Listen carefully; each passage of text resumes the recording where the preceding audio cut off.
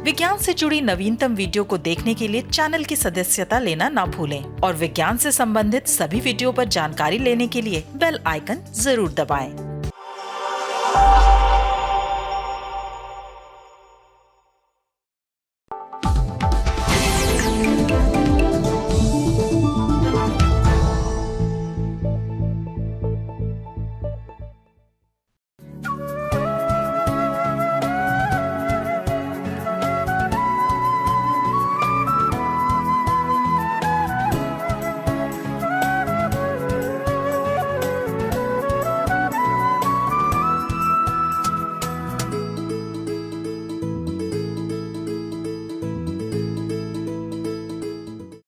नमस्कार, जन विज्ञान में आप सबका स्वागत है।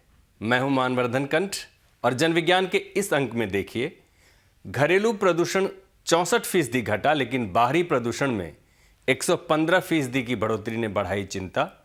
दिल्ली के युवा उद्यमी ने विकसित की कृषि अवशेषों के निपटान की नई किफायती तकनीक और वैशाली बिहार के संजीव कुमार ने उगाई 1 किलो की फूल गोभी।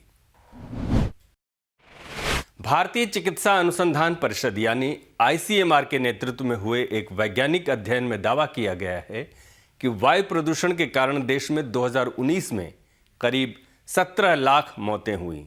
यह देश में प्रतिवर्ष होने वाली कुल मौतों का 18% है। इस अध्ययन की कुछ खास बातों को जानने के लिए आइए देखते हैं ये रिपोर्ट।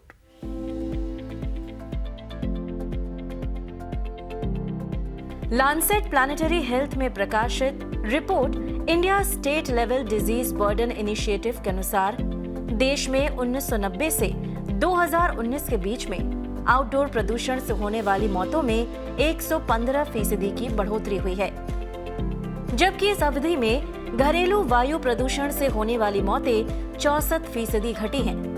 घरेलू प्रदूषण में कमी दर्शाता है कि भोजन बनाने के लिए अब स्वच्छ ईंधन का इस्तेमाल पहले की तुलना में काफी बढ़ गया है। रिपोर्ट में कहा गया कि प्रदूषण की मार उत्तरी एवं मध्य भारतीय राज्यों पर ज्यादा है, इसीलिए जीडीपी की क्षति भी वहां ज्यादा है। उत्तर प्रदेश और बिहार जैसे 2 बड़े राज्यों में जीडीपी 2% के बराबर की क्षति का आकलन किया गया है। रिपोर्ट के अनुसार 2019 में देश में प्रदूषण के चलते 28,799 समय पूर्व मौतें हुई। इनमें सबसे ज्यादा उत्तर प्रदेश में 4,255 मौतें, महाराष्ट्र में 3,003, गुजरात में 2,288 मौतें शामिल हैं। रिपोर्ट के अनुसार बिहार में 1257 समय पूर्व मौतें, मध्य प्रदेश में 1614, पश्चिम बंगाल में 1607 तथा राजस्थान में 1909 मौतें दर्ज की गई हैं। रिपोर्ट में कहा गया है कि वायु प्रदूषण से लोगों की मृत्यु और बीमार होने से लोगों की उत्पादकता घट रही है। इसमें सुधार करके इस नुकसान को कम किया जा सकता है।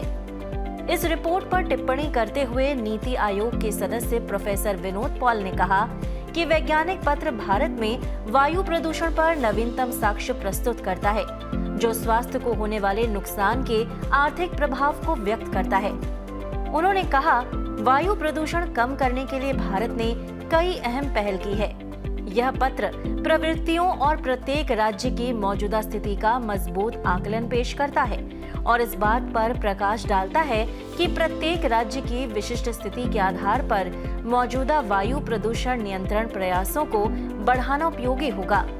ICMR के महानिदेशक बलराम भार्गव ने कहा कि प्रधानमंत्री उज्ज्वला योजना और उन्नत चूल्हा अभियान जैसी विभिन्न सरकारी योजनाओं ने देश में घरेलू वायु प्रदूषण कम करने में मदद की है। यह एक सकारात्मक पहलू है। संयुक्त राष्ट्र पर्यावरण कार्यक्रम यानी UNEP ने दिल्ली के युवा उद्यमी विद्युत मोहन को young champions of the earth award देने का ऐलान किया है। यह पुरस्कार उन्हें पराली और अन्य कृषि अपशिष्टों के प्रबंधन का किफायती समाधान खोजने के लिए दिया गया है।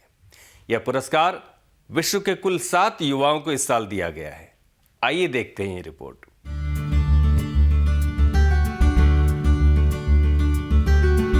दिल्ली के युवा उद्यमी विद्युत मोहन ने पराली और कृषि अपशिष्टों के प्रबंधन के लिए एक सस्ती मशीन तैयार की है। इस मशीन में अपशिष्ट को डालकर प्रोसेस किया जाता है। प्रोसेस करने से कार्बन बहुल सामग्री तैयार होती है जो एक नए किस्म का चारकोल है। इसका इस्तेमाल ईंधन, उर्वरक आदि सामग्री बनाने में किया जा सकता है। हमारा जो इनोवेशन है वो एक ऐसी टाइप की मशीन है जो स्मॉल स्केल, छोटे पैमाने पर लो कॉस्ट तरीके से एक खेत के पास ही ले जाई जा सकती है, एक पोर्टेबल तरीके से, और वहां पे इन खेत के अपशिष्टों को ये एक कार्बन रिच फॉर्म में बदल देती है। और ये जो कार्बन रिच आउटपुट आता है, ये कई प्रकार के औद्योगिक कार्यों में इस्तेमाल किया जा सकता है। ईंधन के तौर पे इस्तेमाल किया जा सकता है, इससे फर्टिलाइजर बनाया जा सकता है, इससे एक्टिवेटेड कार्बन बनाया जा सकता है। तो ये मशीन का कार्य है।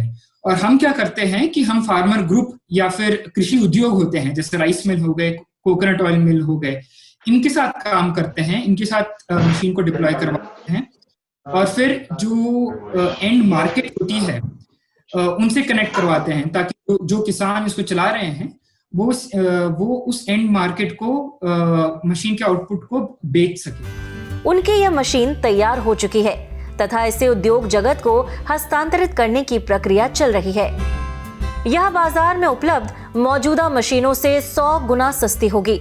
इसीलिए किसानों के लिए यह कृषि अपशिष्टों के निपटान का अच्छा विकल्प होगा। वह अकेले या समूह में इस मशीन को लेकर अपने कृषि अपशिष्टों का एक सकारात्मक निपटान कर सकेंगे। इतना ही नहीं, वे इन अपशिष्टों से आय भी अर्जित कर सकेंगे। मशीन में एक थर्मल प्रोसेस का इस्तेमाल किया जाता है जिसको टोरिफैक्शन कहते हैं। इसका मतलब यही है कि हम जो वेस्ट होता है उसको हम हीट करते हैं बहुत कम ऑक्सीजन की मात्रा में, जिससे जो लो एनर्जी कंटेनिंग एटम या मॉलिक्यूल होते हैं बायोमास में, वो बाहर निकल जाते हैं, और जो हाई एनर्जी कंटेनिंग एटम और मॉलिक्यूल होते हैं वो रह जाते हैं। तो ये प्रोसेस है। नीदरलैंड से सतत ऊर्जा में मास्टर डिग्री हासिल करने वाले 29 वर्षीय विद्युत मोहन ने टकाचार नाम से अपना उद्यम स्थापित किया है, जो पर्यावरण अनुकूल समाधानों पर कार्य कर रहा है। इससे पूर्व वे उत्तराखंड में चीड़ के पेड़ों से निकलने वाले पिरूल को प्रोसेस करके विभिन्न प्रकार के उत्पादन बनाने की तकनीक विकसित कर चुके हैं तथा उन्होंने स्थानीय स्तर पर ऐसे संयंत्र स्थापित कर लोगों को आजीविका पैदा करने का तरीका भी सिखाया है। वैशाली बिहार के grass root innovator Sanjeev Kumar ने फूल गोभी की एक परंपरागत किस्म में सुधार करके जो नई किस्म तैयार की है, उससे करीब करीब 1 किलो की फूल गोभी तैयार होती है। फूल गोभी का आकार बड़ा होने का किसानों के साथ ही आम लोगों को क्या फायदा मिलेगा, आइए देखते हैं ये रिपोर्ट।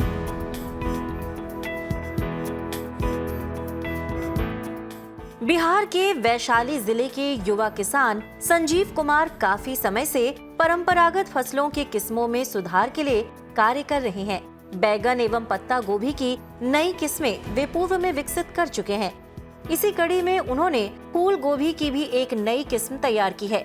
यह किस्म परंपरागत किस्मों की तुलना में जल्दी तैयार हो जाती है। इसे तैयार होने में 60 से 70 दिन लगते हैं। इस किस्म से उगने वाली फूल गोभी 940 ग्राम की होती है। इसका उत्पादन प्रति हेक्टर 175 क्विंटल है। नेशनल इनोवेशन फाउंडेशन यानी NIF की पहल पर फूल गोभी की इस किस्म को बिहार कृषि विश्वविद्यालय में जांच के लिए भेजा गया। उसने 3 अलग अलग स्थानों पर इसका परीक्षण किया तथा उसने इसे अब तक की सबसे बेहतरीन किस्म बताया। इसमें विटामिन C की मात्रा भी अच्छी खासी पाई गई है। संजीव ने फूल गोभी की इस किस्म को नाम दिया है संजीव सिलेक्शन का। भारतीय कृषि अनुसंधान परिषद ने इस गोभी की इस किस्म का परीक्षण पूसा स्थित IARI के division of seed sciences and technology में परीक्षण किया। मूलतः इसके बीज की गुणवत्ता की जांच की गई, जो उपयुक्त पाए गए।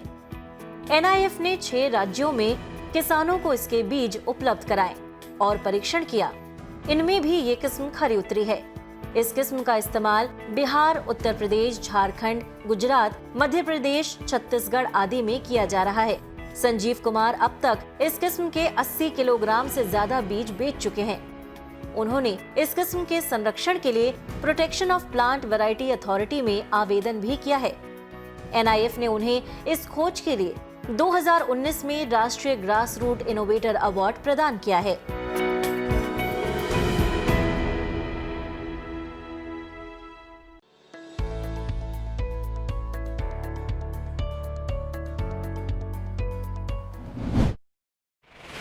जन विज्ञान के आज के कार्यक्रम में बस इतना ही। आप सबसे अनुमति लेने से पहले एक विनम्र अनुरोध। विज्ञान, प्रौद्योगिकी, आविष्कार और नवाचार जगत के विश्वसनीय कार्यक्रमों को देखने के लिए अपने मोबाइल पर इंडिया साइंस ऐप अवश्य डाउनलोड करें।